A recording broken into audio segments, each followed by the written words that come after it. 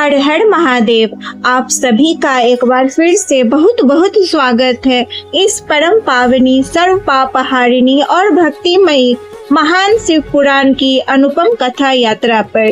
प्रिय भक्तजनों, आज के इस वीडियो में हम लोग विदेश्वर संहिता के अध्याय 13 का श्रवण करेंगे, जिसका शीर्षक है सदाचार, शौचाचार, स्नान, भस्म धारण, संध्या वंदन, प्रणव जप, गायत्री जप, दान, न्यायतः धनोपार्जन तथा अग्निहोत्र आदि की विधि का महिमा का वर्णन। प्रिय भक्तजनों, इससे पिछले के सभी अध्यायों का वीडियो चैनल पर अपलोड किया जा चुका है, जिसे आप प्लेलिस्ट में देख सकते हैं और प्लेलिस्ट की लिंक जो है डिस्क्रिप्शन में दिया गया है, आप वहां से भी देख सकते हैं। तो चलिए आज का अध्याय शुरू करते हैं, लेकिन शुरुआत करने से पहले आप सभी से मेरा विनम्र निवेदन है कि आज के अध्याय को आधे पर छोड़कर बिल्कुल मत जाइएगा, क्योंकि आज के अध्याय बहुत ही महत्वपूर्ण है। आज के अध्याय में हम लोग भस्म धारण, सदाचार, शौचाचार, संध्या वंदन, प्रणव जप, गायत्री जप, इन सभी का महिमा सुनने वाले हैं। तो चलिए आज की अध्याय की ओर, जो कि इस प्रकार है। ऋषियों ने कहा, सूत जी, अब आप शीघ्र ही हमें वह सदाचार सुनाइए जिससे विद्वान पुरुष पुण्य लोकों पर विजय पाता है। स्वर्ग प्रदान करने वाला धर्ममय आचार तथा नरक का कष्ट देने वाला अर्धमय आचारों का भी वर्णन कीजिए। सूत जी बोले, सदाचार का पालन करने वाला विद्वान ब्राह्मण ही वास्तव में ब्राह्मण नाम धारण करने का अधिकारी है। जो केवल वेदोक्त आचार का पालन करने वाला एवं वेद का अभ्यासी है, उस ब्राह्मण की विप्र संज्ञा होती है। सदाचार, वेदाचार तथा विद्या, इनमें से एक एक गुण से ही युक्त होने पर उसे द्विज कहते हैं, जिसमें स्वल्प मात्रा में ही आचार का पालन देखा जाता है। जिसने वेदाध्ययन भी बहुत कम किया है तथा जो राजा का सेवक, पुरोहित, मंत्री आदि है, उसे क्षत्रिय ब्राह्मण कहते हैं। जो ब्राह्मण कृषि तथा वाणिज्य कर्म करने वाला है और कुछ ब्राह्मणोचित आचार का भी पालन करता है, वह वैश्य ब्राह्मण है। तथा जो स्वयं ही खेत जोतता है, उसे शूद्र ब्राह्मण कहा गया है। जो दूसरों के दोष देखने वाला और परद्रोही है, उसे चंडाल द्विज कहते हैं। इसी तरह क्षत्रियों में भी जो पृथ्वी का पालन करता है, वह राजा है। दूसरे लोग राजत्वहीन क्षत्रिय माने गए हैं। वैश्यों में भी जो धान्य आदि वस्तुओं का क्रय विक्रय करता है, वह वैश्य कहलाता है। दूसरे को वणिक कहते हैं। जो ब्राह्मणों, क्षत्रियों तथा वैश्यों की सेवा में लगा रहता है, वही वास्तव में शूद्र कहलाता है। जो शूद्र हल जोतने का काम करता है, उसे वृषण समझना चाहिए। सेवा, शिल्प और कर्षण से भिन्न वृत्ति का आश्रय देने वाले शूद्र दस्युः कहलाते हैं। इन सभी वर्णों के मनुष्य को चाहिए कि वे ब्रह्म मुहूर्त में उठकर पूर्वाभिमुख हो। सबसे पहले देवताओं का, फिर धर्म का, अर्थ का, उसकी प्राप्ति के लिए उठाए जाने वाले क्लेशों का तथा आय और व्यय का भी चिंतन करें। रात के पिछले पहर को उषः काल जानना चाहिए। उस अंतिम पहर का जो आधा या मध्य भाग है, उसे संधि कहते हैं। उस संधि काल में उठकर द्विज को मल मूत्र आदि का त्याग करना चाहिए। घर से दूर जाकर बाहर से अपने शरीर को ढके रखकर दिन में उत्तराभिमुख बैठकर मल मूत्र का त्याग करें।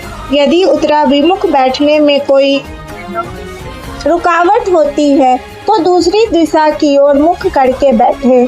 जल, अग्नि, ब्राह्मण आदि देवताओं का सामना बचाकर बैठे। मल त्याग करके उठने पर फिर उस मल को न देखे। तदंतर जलाशय से बाहर निकाले हुए जल से ही गुदा की शुद्धि करे, अथवा देवताओं, पितरों तथा ऋषियों के तीर्थों में उतरे बिना ही प्राप्त हुए जल से शुद्धि करनी चाहिए। गुदा में 7, 5 या 3 बार मिट्टी लगाकर उसे धोकर शुद्ध करें। लिंग में ककोड़ों के फल के बराबर मिट्टी लेकर लगाए और उसे धो दे, परंतु गुदा में लगाने के लिए 1 पसर मिट्टी की आवश्यकता होती है। लिंग और गुदा की शुद्धि के पश्चात उठकर अन्यत्र जाए और हाथ पैरों की शुद्धि करके 8 बार कुल्ला करे। जिस किसी वृक्ष के पत्ते से अथवा उसके पतले काष्ठ से जल के बाहर दतवन करना चाहिए। उस समय तर्जनी अंगुली का उपयोग न करें। यह दान शुद्धि का विधान बताया गया है। तदंतर जल संबंधी देवताओं को नमस्कार करके मंत्र पाठ करते हुए जलाशय में स्नान करें। यदि कंठ तक या कमर तक पानी में खड़े होने की शक्ति न हो तो घुटने तक जल में खड़ा हो अपने ऊपर जल छिड़ककर मंत्रोच्चारण पूर्वक स्नान कार्य संपन्न करे। विद्वान पुरुष को चाहिए कि वह तीर्थ जल से देवता आदि का स्नानांग तर्पण भी करे। इसके बाद धौत वस्त्र लेकर 5 कच्छ करके उसे धारण करे। साथ ही कोई उत्तरीय भी धारण कर ले, क्योंकि संध्या वंदन आदि सभी कर्मों में उसकी आवश्यकता होती है।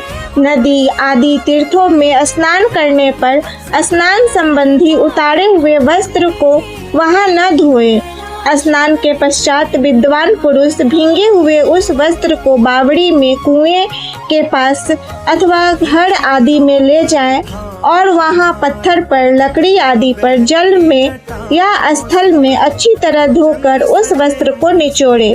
द्विजो वस्त्रों को निचोड़ने से जो जल गिरता है वह एक श्रेणी के पितरों की तृप्ति के लिए होता है।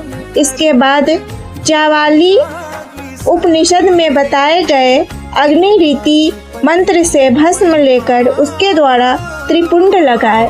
इस विधि का पालन न किया जाए, इसके पूर्व ही यदि जल में भस्म गिर जाए तो गिराने वाला नरक में जाता है। आपोहि खष्टा इत्यादि मंत्र पाप शांति के लिए सिर पर जल छिड़के तथा यस्य छाया इस मंत्र को पढ़कर पैर पर जल छिड़के, इसे संधि प्रोक्षण कहते हैं। आपोहिष्ठा इत्यादि मंत्र से 3 ऋचाएं हैं और प्रत्येक ऋचा में गायत्री छंद के 3-3 चरण हैं। इनमें से प्रथम ऋचा के 3 चरणों का पाठ करते हुए क्रमशः पैर, मस्तक और हृदय में जल छिड़के। दूसरी ऋचा के 3 चरणों को पढ़कर क्रमशः मस्तक, हृदय और पैर में जल छिड़के और तीसरी ऋचा के 3 चरणों का पाठ करते हुए क्रमशः हृदय, पैर और मस्तक का जल से प्रेक्षण करे। इसे विद्वान पुरुष मंत्र स्नान मानते हैं। किसी अपवित्र वस्तु से किंचित स्पर्श हो जाने पर, अपना स्वास्थ्य ठीक न रहने पर, राजा और राष्ट्र पर भय उपस्थित होने पर तथा यात्रा काल में जल की उपलब्धि न होने की व्यवस्था आ जाने पर मंत्र स्नान करना चाहिए। प्रातः काल सूर्यश्च मां मन्युश्च इत्यादि सूर्यानुवाक से तथा सायंकाल अग्निश्च मां मन्युश्च इत्यादि अग्नि संबंधी अनुवाक से जल का आचमन करके पुनः जल से अपने अंगों का प्रोक्षण करें। मध्याह्न काल में भी आपः पुनन्तु इस मंत्र से आचमन करके पूर्ववर्त प्रोक्षण या मार्जन करना चाहिए। प्रातः काल की संध्यापासना में गायत्री मंत्र का जाप करके 3 बार ऊपर की ओर सूर्य देव को अर्घ्य देना चाहिए। ब्राह्मणों मध्याह्न काल में गायत्री मंत्र के उच्चारण पूर्वक सूर्य को एक ही अर्घ्य देना चाहिए। फिर सायंकाल आने पर पश्चिम की ओर मुख करके बैठ जाएं और पृथ्वी पर ही के सूर्य के लिए अर्घ्य दे, ऊपर की ओर नहीं। प्रातः काल और मध्याह्न काल के समय अंजलि में अर्घ्य जल लेकर अंगुलियों की ओर से सूर्य देव के लिए अर्घ्य दे। फिर अंगुलियों के छिद्र से ढलते हुए सूर्य को देखे तथा उसके लिए स्वतः प्रदक्षिणा करके शुद्ध आचमन करे। सायंकाल में सूर्यास्त से 2 घड़ी पहले की हुई संध्या निष्फल होती है, क्योंकि वह संध्या का समय नहीं है। ठीक समय पर संध्या करनी चाहिए, ऐसी शास्त्र की आज्ञा है। यदि संध्योपासना किए बिना दिन बीत जाए तो प्रत्येक समय के लिए क्रमशः प्रायश्चित करना चाहिए। यदि एक दिन बीते तो प्रत्येक बीते हुए संध्या काल के लिए नित्य नियम के अतिरिक्त 100 गायत्री मंत्र का अधिक जाप करे। यदि नित्य कर्म के लुप्त हुए 10 दिन से अधिक बीत जाए तो उसके प्रायश्चित रूप में 1 लाख गायत्री का जप करना चाहिए। यदि 1 मास तक नित्य कर्म छूट जाए तो पुनः अपना उपनयन संस्कार कराए। अष्ट सिद्धि के लिए ईश, गौरी, कार्तिकेय, विष्णु, ब्रह्मा, चंद्रमा और यम का तथा ऐसे ही अन्य देवताओं का भी शुद्ध जल से तर्पण करे। फिर तर्पण कर्म को ब्रह्मार्पण करके शुद्ध आचमन करे। तीर्थ के दक्षिण प्रशस्त मठ में, मंत्रालय में, देवालय में, घर में अथवा अन्य किसी नियत स्थान में आसन पर स्थिरता पूर्वक बैठकर विद्वान पुरुष अपने बुद्धि को स्थिर करे और संपूर्ण देवताओं को नमस्कार करके पहले प्रणव का जप करने के पश्चात गायत्री मंत्र की आवृत्ति करें। प्रणव के अ, उ और म इन तीनों अक्षरों से जीव और ब्रह्मा की एकता का प्रतिपादन होता है। इस बात को जानकर प्रणव ओम का जप करना चाहिए। जप काल में यह भावना करनी चाहिए कि हम तीनों लोगों की सृष्टि करने वाले ब्रह्मा, पालन करने वाले विष्णु और संहार करने वाले रुद्र की जो स्वयं प्रकाश चिन्मय है उपासना करते हैं। यह ब्रह्म स्वरूप ओंकार हमारी कर्मेंद्रियों और ज्ञानेंद्रियों की वृत्तियों की, मन की वृत्तियों को तथा बुद्धि वृत्तियों को सदा भोग और मोक्ष प्रदान करने वाले धर्म एवं ज्ञान की ओर प्रेरित करे। प्रणव के इस अर्थ का बुद्धि के द्वारा चिंतन करता हुआ जो इसका जप करता है वह निश्चय ही ब्रह्मा को प्राप्त कर लेता है, अथवा अर्थानुसंधान के बिना भी प्रणव का नित्य जप करना चाहिए। इससे ब्राह्मणत्व की पूर्ति होती है। ब्राह्मणत्व की पूर्ति के लिए श्रेष्ठ ब्राह्मण को प्रतिदिन प्रातः काल 1 सहस्त्र गायत्री मंत्र का जप करना चाहिए। मध्याह्न काल में 100 बार और सायंकाल में 28 बार जप की विधि है। अन्य वर्णों के लोगों को अर्थात क्षत्रिय और वैश्यों को तीनों संध्याओं के समय यथासाध्य गायत्री जप करना चाहिए। शरीर के भीतर मूलाधार, स्वाधिष्ठान, मणिपुर, अनाहत, आज्ञा और सहस्त्रसार ये 6 चक्र हैं। इनमें मूलाधार से लेकर सहस्त्रार तक 6 स्थानों में क्रमशः विद्वेश्वर, ब्रह्मा, विष्णु, ईश, जीवात्मा और परमेश्वर स्थित है। इन सब में ब्रह्मा बुद्धि करके इनकी एकता का निश्चय करे और वह ब्रह्मा मैं हूँ ऐसी भावना पूर्वक प्रत्येक श्वास के साथ सोहम का जप करे। उसी विधेश्वर आदि की ब्रह्मांड आदि में तथा इस शरीर से बाहर भी भावना करे। प्रकृति के विकारभूत महत्व से लेकर पंचभूत पर्यंत तत्वों से बना हुआ जो शरीर है, ऐसे सहस्त्रों शरीरों का एक एक अजपा गायत्री के जप से एक से क्रम से अतिक्रमण करके जीव को धीरे धीरे परमात्मा से संयुक्त करे। यह जप का तत्व बताया गया है। 100 अथवा 28 मंत्रों से जप से उतने ही शरीरों का अतिक्रमण होता है। इस प्रकार जो मंत्रों का जप है इसी को आदि क्रम से वास्तविक जप कर जानना चाहिए। सहस्त्र बार किया हुआ जप ब्रह्मलोक प्रदान करने वाला होता है, ऐसा जानना चाहिए। 100 बार किया हुआ जप इंद्र पद की प्राप्ति कराने वाला माना गया है। ब्राह्मणेतर पुरुष आत्मरक्षा के लिए जो स्वल्प मात्रा में जप करता है वह ब्राह्मण के कुल में जन्म लेता है। प्रतिदिन सूर्योपासना करके उपयुक्त रूप से जप का अनुष्ठान करना चाहिए। 12 लाख गायत्री का जप करने वाला पुरुष पूर्ण रूप से ब्राह्मण कहा गया है। जिस ब्राह्मण ने 1 लाख गायत्री का जप न किया हो उसे वैदिक कार्य में न लगाए। 70 वर्ष की अवस्था तक नियम पालन पूर्वक कार्य करे। इसके बाद गृह त्याग कर संन्यास ले ले। परिवारजक या सन्यासी पुरुष नित्य प्रातः काल 12,000 प्रणव का जप करे। यदि एक दिन इस नियम का उल्लंघन हो जाए तो दूसरे दिन उसके बदले उतना मंत्र और अधिक जपना चाहिए और सदा इस प्रकार जप को चलाने का प्रयत्न करना चाहिए। यदि क्रमशः 1 मास आदि का उल्लंघन हो गया तो 1.5 लाख जप करके उसका प्रायश्चित करना चाहिए। इससे अधिक समय तक नियम का उल्लंघन हो जाए तो पुनः नए सिरे से गुरु से नियम ग्रहण करे। ऐसा करने से दोषों की शांति होती है, अन्यथा वह रौरव नरक में जाता है। जो सकाम भावना से युक्त गृहस्थ ब्राह्मण है उसी को धर्म तथा अर्थ के लिए यत्न करना चाहिए। मुमुक्षु ब्राह्मण को सदा ज्ञान का ही अभ्यास करना चाहिए। धर्म से अर्थ की प्राप्ति होती है, अर्थ से भोग का सुलभ होता है, फिर उस भोग से वैराग्य की संभावना होती है। धर्म पूर्वक उपार्जित धन से जो भोग प्राप्त होता है उससे एक दिन अवश्य वैराग्य का उदय होता है।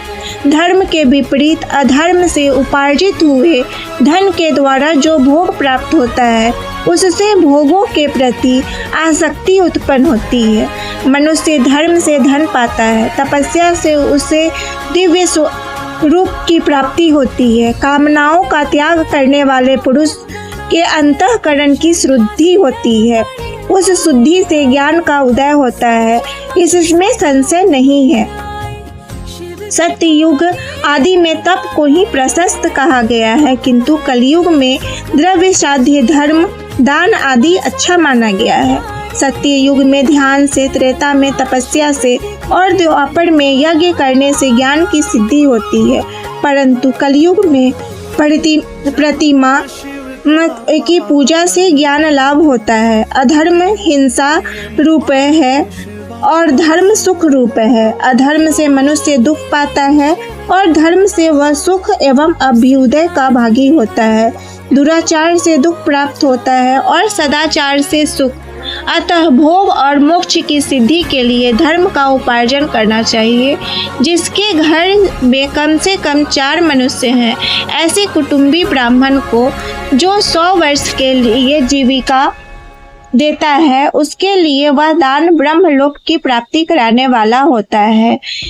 1 सहस्त्र चंद्रायन व्रत का अनुष्ठान ब्रह्मलोकदायक माना गया है। जो क्षत्रिय 1 सहस्त्र कुटुंब को जीविका और आवास देता है उसका वह कर्म इंद्रलोक की प्राप्ति कराने वाला होता है। 10,000 कुटुंबों को दिया हुआ आश्रय दान ब्रह्मलोक प्रदान करता है। दाता पुरुष जिस देवता को सामने रखकर दान करता है, अर्थात वह दान के द्वारा जिस देवता को प्रसन्न करना चाहता है उसी का लोक उसे प्राप्त होता है। यह बात वेदता पुरुष अच्छी तरह जानते हैं। धनहीन पुरुष सदा तपस्या का उपार्जन करे, क्योंकि तपस्या और तीर्थ सेवन से अक्षय सुख पाकर मनुष्य उसका उपयोग करता है। अब मैं न्यायतः धन के उपार्जन की विधि बता रहा हूँ। ब्राह्मण को चाहिए कि वह सदा सावधान रहकर विशुद्ध पतिग्रह, दान ग्रहण तथा याजन यज्ञ कराने आदि से धन का अर्जन करे। वह इसके लिए कहीं दीनता न दिखाए और न अत्यंत क्लेशदायक कर्म ही करे। क्षत्रिय बाहुबल से धन का उपार्जन करे और वैश्य कृषि और गो रक्षा से। न्यायोपार्जित धन का दान करने से दाता को ज्ञान की सिद्धि प्राप्त होती है। ज्ञान सिद्धि द्वारा सब पुरुषों को गुरु कृपा मोक्ष सिद्धि सुलभ होती है। मोक्ष की स्वरूप सिद्धि प्राप्त होती है, जिससे मुक्त पुरुष परमानंद का अनुभव करता है। गृहस्थ पुरुष को चाहिए कि वह धन धन्यादि सब वस्तुओं का दान करे। वह तृषा निवृत्ति के लिए जल अथवा क्षुधा रूपी रोग की शांति के लिए सदा अन्न का दान करे। खेत धान्य, कच्चा अन्न तथा भक्ष्य भोज्य, लोह और चोष्य, ये 4 प्रकार के सिद्ध अन्न दान करना चाहिए। जिसके अन्न को खाकर मनुष्य जब तक कथा श्रवण आदि सधर्म का पालन करता है, उतने समय तक उसके किए हुए पुण्य फल का आधा भाग दाता को भी मिल जाता है। इसमें संशय नहीं है। दान लेने वाला पुरुष दान में प्राप्त हुई वस्तु का दान तथा तपस्या करके अपनी पतिग्रह जनित पाप की शुद्धि कर लेता है, अन्यथा उसे रौरव नरक में गिरना पड़ता है। अपने धन के 3 भाग करे। 1 भाग धर्म के लिए, दूसरा भाग वृद्धि के लिए और तीसरा भाग अपने उपभोग के लिए। नित्य, नैमित्तिक और काम में ये तीनों प्रकार के कर्म धर्मार्थ रखे हुए धन से करे। साधक को चाहिए कि वह वृद्धि के लिए रखे हुए धन से ऐसा व्यापार करे जिससे उस धन की वृद्धि हो, तथा उपभोग में किए रक्षित धन से हितकारक, परिमित एवं पवित्र भोग भोगे। खेती से पैदा किए हुए धन का 10वां अंश दान करे। इससे पाप की शुद्धि होती है। शेष धन से धर्म, वृद्धि एवं उपभोग करे, अन्यथा वह रौरव नरक में पड़ता है अथवा उसकी बुद्धि पापपूर्ण हो जाती है या खेती ही चौपट हो जाती है। वृद्धि के लिए किए गए व्यापार में प्राप्त हुए धन का 6ठा भाग दान कर देने योग्य होता है। बुद्धिमान पुरुष अवश्य उसका दान कर दे। विद्वान को चाहिए कि वह दूसरों के दोषों का बखान न करे। ब्राह्मणों दोषवश दूसरों को के सुने या देखे हुए छिद्र को भी प्रकट न करे। विद्वान पुरुष ऐसी बात कहे जो समस्त प्राणियों के हृदय में रोष पैदा करने वाला हो। ऐश्वर्य की सिद्धि के लिए दोनों संध्याओं के समय अग्निहोत्र कर्म अवश्य करे। जो दोनों समय अग्निहोत्र कर्म करने में असमर्थ हो, वह एक ही समय सूर्य और अग्नि को विधि पूर्वक दी हुई आहुति से संतुष्ट करे। चावल, धान्य, घी, फल, कंद अथवा हविष्य से इनके द्वारा विधि पूर्वक अस्थाली पाक बनाए तथा यथोचित रीति से सूर्य और अग्नि को अर्पित करे। यदि हविष्य का अभाव है तो प्रधान होम मात्र करे तथा सुरक्षित रहने वाली अग्नि को विद्वान पुरुष अजस्त्र की संज्ञा देते हैं अथवा संध्या काल में जप मात्र या सूर्य की वंदना मात्र कर ले। आत्मज्ञान की इच्छा वाले तथा धनार्थी पुरुषों को भी इस प्रकार विधिवत उपासना करनी चाहिए, जो सदा यह ब्रह्म यज्ञ में तत्पर होते हैं, देवताओं की पूजा में लगे रहते हैं, नित्य अग्नि पूजा एवं गुरु पूजा में अनुरक्त होते हैं तथा ब्राह्मणों को तृप्त किया करते हैं। वे सब लोग स्वर्ग लोक के भागी होते हैं। प्रिय भक्तजनों, आप लोगों ने आज का पूरा अध्याय समाप्त किया है। यहाँ पर यहीं पर जो है अध्याय 13 का समापन होता है। अगले अध्याय 14 का शीर्षक है अग्निज्ञ, देवज्ञ और ब्रह्म यज्ञ आदि का वर्णन। भगवान शिव के द्वारा 7 वारों का निर्माण तथा उनमें देवाराधन से विभिन्न प्रकार के फलों की प्राप्ति का कथन, जिसे हम लोग अगले वीडियो में सुनेंगे। तो आप लोग उस वीडियो को भी जरूर सुनिएगा। भोलेनाथ की कृपा दृष्टि समस्त जगत समेत आप सभी पर निरंतर बनी रहेगी। जय भोलेनाथ, जय शिव शंकर। चलिए एक बार उन अनंत अविनाशी भोलेनाथ का जय घोष करते हुए आज का वीडियो समाप्त करते हैं। नमः पार्वती पतयः हर हर महादेव। धन्यवाद।